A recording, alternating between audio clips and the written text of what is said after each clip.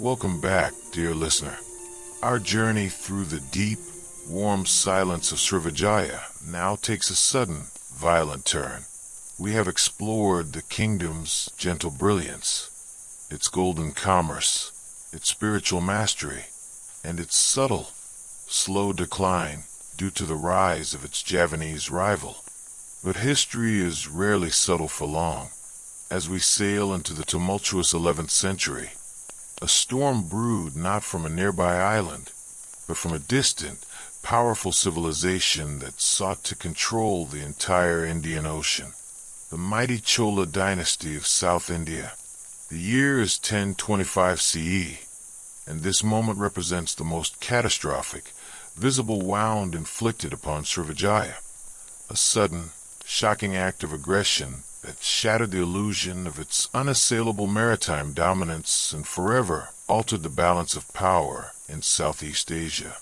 This wasn't a slow commercial squeeze. It was a devastating, lightning-fast naval assault, a fury from the south. Before we get started with the story, there's a bit of a request I need to make. You see, these broadcasts of mine go out in the open world every Tuesday and Friday, and I would very much like to know if they have brought peace and have been of use to my listeners. So a tiny click on the like button would go a long way. Oh, and of course, if you wish to keep tuning in whenever there is a new broadcast, by all means do subscribe. Also, it is great to know where my listeners are tuning in from. It would be great if you could take a few seconds to drop me a line. Let me know in the comments where you are listening in from, or any other conversation that you may wish to initiate. Do you like the story so far? What would you like to hear next? Those kind of things, you know? Right. Let's get on with the story, shall we? The first and most enduring consequence of the Chola raid was the decentralization of power in the Strait of Malacca. Srivijaya could no longer afford the cost, either military or political, of being the sole, iron-fisted ruler of the entire sea lane. The former vassal states, particularly those on the strategic Malay Peninsula, saw their opportunity and seized it. Ports like Kedah and the fledgling ports further north gained confidence, asserting their independence and attempting to establish their own direct, tariff-free trade relationships with India and China. This led to the loss of monopoly. Srivijaya's economic model was based on its exclusive control of the trade bottleneck, with these new, independent ports siphoning off a significant portion of the traffic. Even if only the smaller, less valuable cargoes, the flow of gold into Palembang was significantly reduced. Another result was increased piracy. The vacuum of centralized power led to a resurgence of independent pirate groups. The Orang Lot, whose loyalty was once bought by the Maharaja's patronage, now found it more profitable and less politically risky to return to their ancestral ways, raiding the ships passing through the less patrolled sections of the strait. Srivijaya now had to spend its dwindling resources fighting the very people who had once been its quiet, indispensable navy. The security premium that Srivijaya offered the world, its primary product, was gone. The first and most enduring consequence of the Chola raid was the decentralization of power in the Strait of Malacca. Srivijaya could no longer afford the cost, either military or political, of being the sole, iron-fisted ruler of the entire sea lane. The former vassal states, particularly those on the strategic Malay Peninsula, saw their opportunity and seized it. Ports like Kedah and the fledgling ports further north gained confidence, asserting their independence and attempting to establish their own direct, tariff-free trade relationships with India and China. This resulted in the loss of monopoly. Srivijaya's economic model was based on its exclusive control of the trade bottleneck. With these new, independent ports siphoning off a significant portion of the traffic. Even if only the smaller, less valuable cargoes, the flow of gold into Palembang was significantly reduced. There was also increased piracy. The vacuum of centralized power led to a resurgence of independent pirate groups. The Orang Lot, whose loyalty was once bought by the Maharaja's patronage, now found it more profitable and less politically risky to return to their ancestral ways, raiding the ships passing through the less patrolled sections of the strait. Srivijaya now had to spend its dwindling resources fighting the very people who had once been its quiet, indispensable navy. The security premium that Srivijaya offered the world, its primary product, was gone. The 12th and 13th centuries were thus spent by the Palembang court engaged in a constant, costly, and ultimately futile game of whack-a-mole, suppressing one rebellious dato only to have two more break away on the opposite side of the strait. This fractured, regional competition replaced the seamless, unified structure of the Golden Age. We now come to the geological betrayal, when it seemed like the river and the very land itself rose up against the Srivijaya Empire. While the king fought the rebellions, a far older, slower, and more powerful enemy was relentlessly at work, the Musi River itself.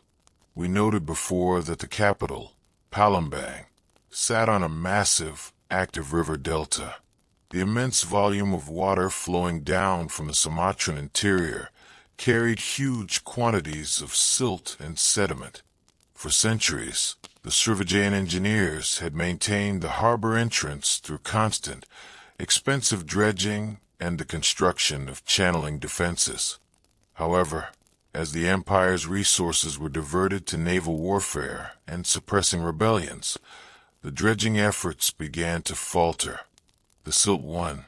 The harbor grew shallow.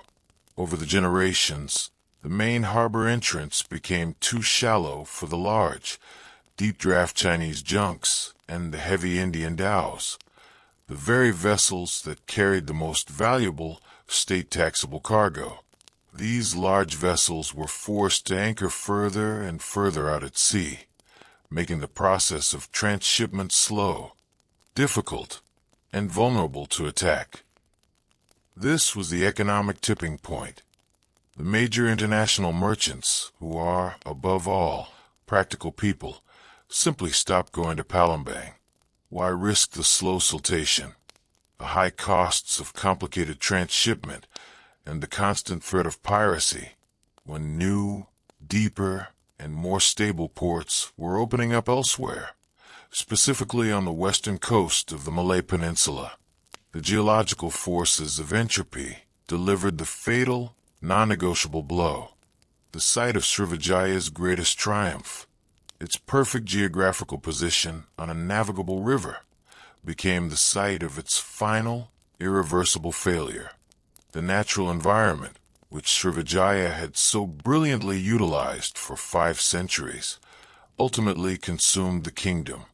Against this backdrop of decentralization and geological decay, the Javanese land power, the rising Majapahit Empire, executed its final, brilliant strategy of quiet conquest.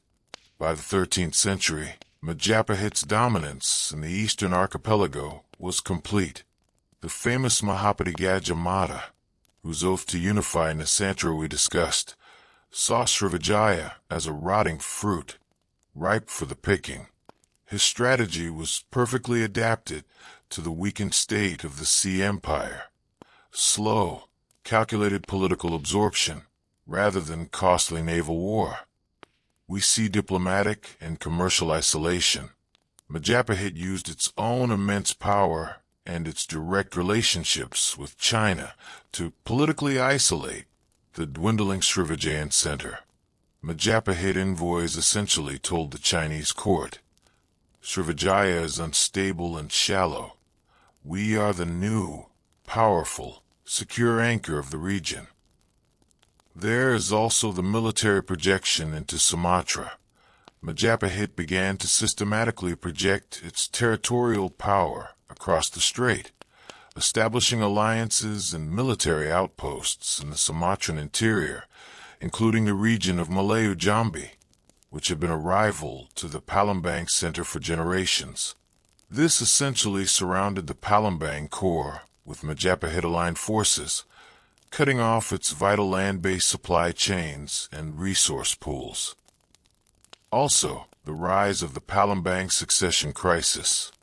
As the Maharaja's direct line of authority weakened, internal strife and succession crises became common. Majapahit often leveraged these moments, backing a favorite candidate or simply recognizing a rebellious local chief as an independent vassal, further eroding the Palembang king's domain.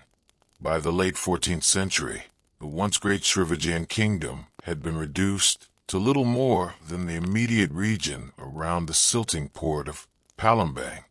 It was a vassal state in everything but name, impoverished, marginalized, and completely overshadowed by the golden, monumental power of the Majapahit Empire. The final, melancholy proof of Srivijaya's complete disappearance comes from the meticulous records of the Chinese. Throughout the 12th and 13th centuries, the Chinese records, which had so reliably tracked the Srivijayan tribute missions for 500 years, began to show a decisive change. The number of Srivijayan tribute missions drastically decreases.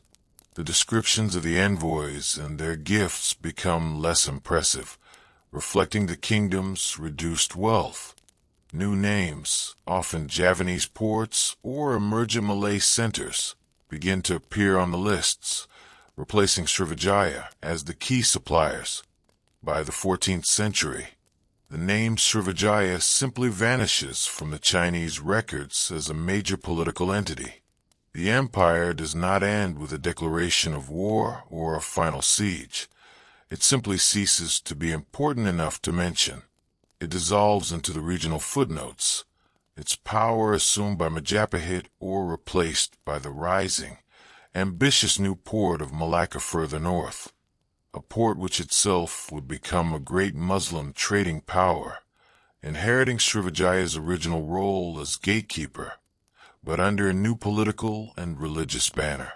The final, quiet gasp of the empire may have occurred around the turn of the 15th century, when a prince from the Palembang region, named Permasvara, fled a Javanese invasion and founded the port of Malacca.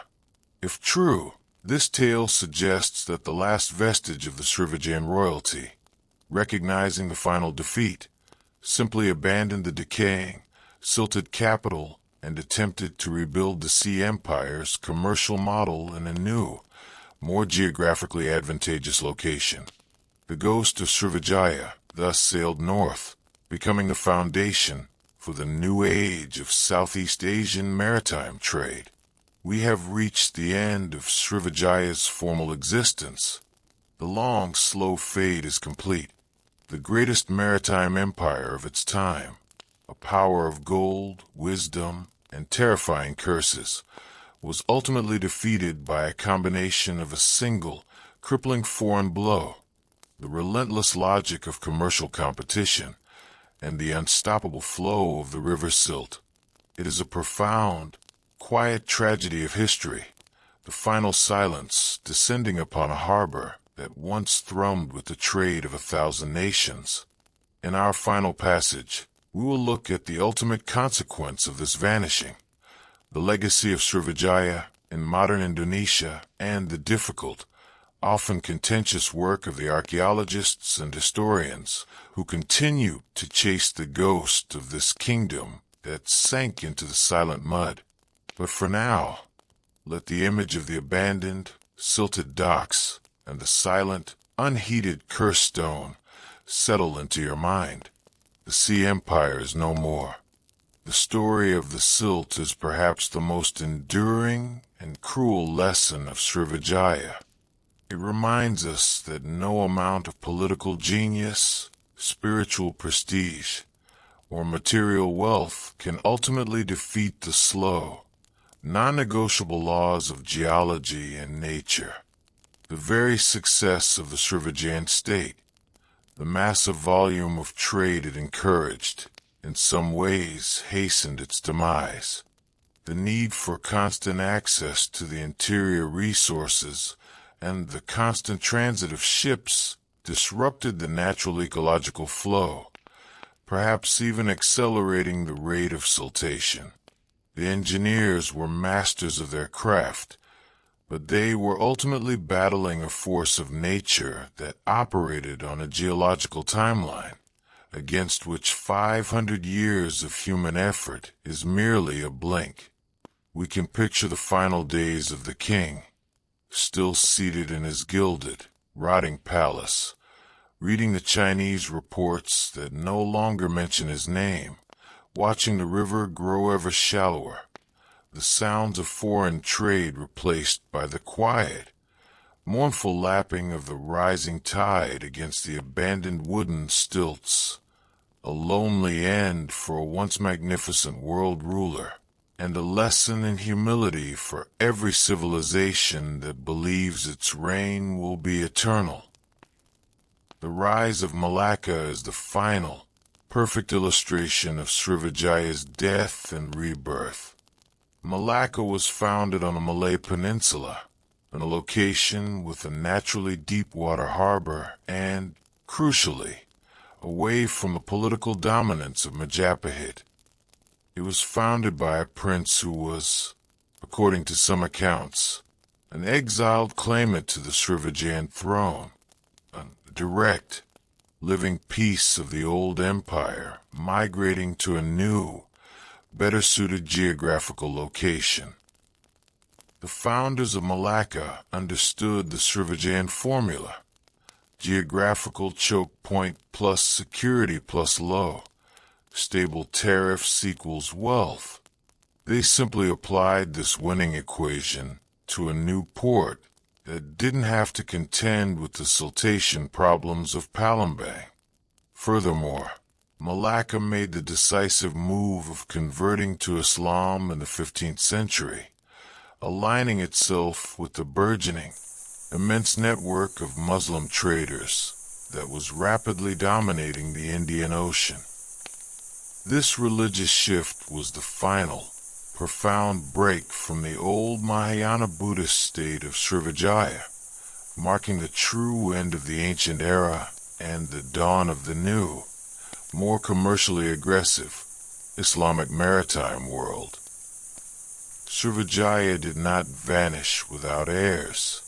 It simply fractured, leaving its commercial DNA and its royal bloodline to its successor states, most powerfully Malacca, which would quickly become the next great gatekeeper of the Straits, until it too, one day, fell to the cannons of a distant European power, completing a cycle that Srivijaya had initiated 1,000 years before.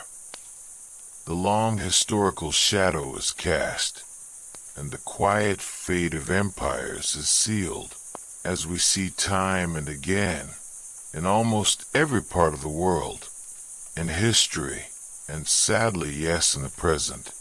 Greatness takes a long time to build.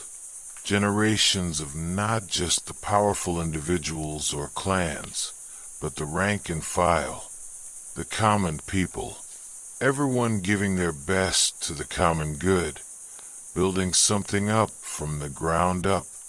They may or may not realize it at the time, but they are contributing their might to the building of the grand society, the kingdom, the empire.